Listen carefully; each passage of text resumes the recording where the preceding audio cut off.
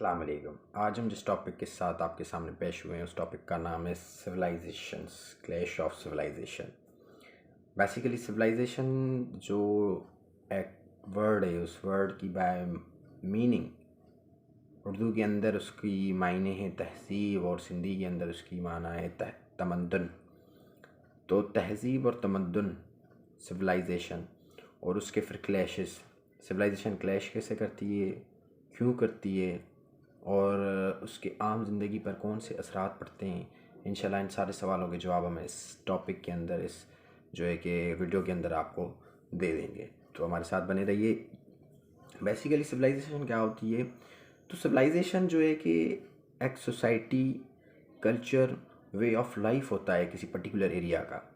उसको हम उसके अंदर तमाम चीज़ें आ जाती है, रिलीजियस आ जाता है, कल्चर आ जाता है, वे ऑफ स्पेंडिंग लाइफ आ जाता है।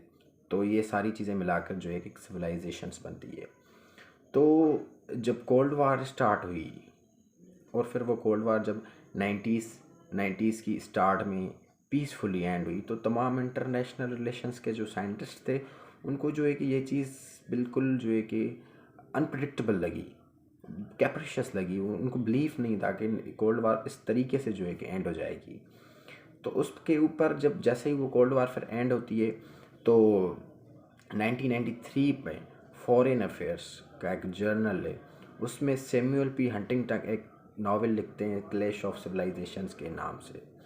तो उसमें सैमुअल पी हंटिंगटन बेसिकली एक रियलिस्ट थे और उनका जो पर्सपेक्टिव था वो ये था कि जब दुनिया जो है कि कोल्ड वार जैसे ही ख़त्म हो गई तो आगे चल के दुनिया जो है कि इमर्ज करेगी पावर्स को।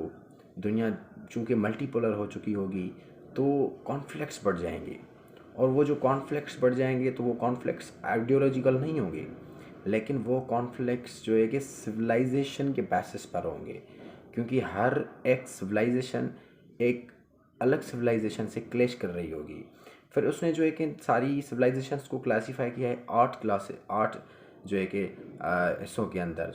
उसने जो है कि वेस्टर्न सिविलाइजेशन को अलग बताया है, कन्फ्यूशियन सिविलाइजेशन को अलग जो है कि कहा है, जापानीज़ सिविलाइजेशन को अलग जो है कि डिफ़ाइन किया है, इस्लामिक सिविलाइजेशन को बताया, ऑर्थोडॉक्स क्रिश्चियनिटी को अलग डिफ़ाइन किया है, और हिंदू सिविलाइजेशन और उसके साथ साथ जो है कि लैटिन अमेरिकन सिविलाइजेशन और अफ्रीकन सिविलाइजेशन वगैरह वगैरह।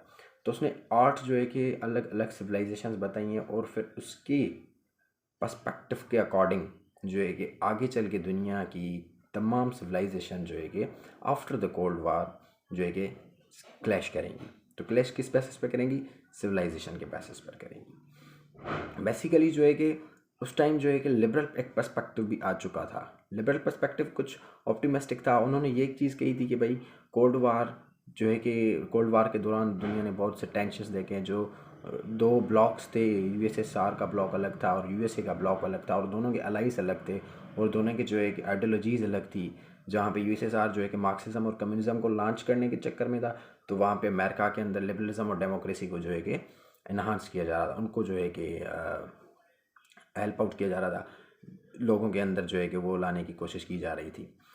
तो according to the realist scientist के भाई जो है कि आफ्टर द कोल्ड वार चूँकि वर्ल्ड जो है कि नॉर्मल हो जाएगी, क्योंकि वर्ल्ड के अंदर लोग जो है कि इस जो है कि ग्लोबलाइजेशन बढ़ जाएगी वर्ल्ड के अंदर, वर्ल्ड इंटरकनेक्ट हो जाएंगे सारे खुद एक दूसरे के साथ, जो है कि इकोनॉमिक है, कल्चरल, सारे तरीक़ों से वो एक दूसरे के साथ इंटरकनेक्ट हो जाएंगे। क्योंकि ये एक बहुत बड़ा क्लैश था, उसके ख़त्म होने के फ़ौरन बाद जो है कि ये सारी चीज़ें जन्म लेना शुरू हो जाएंगी।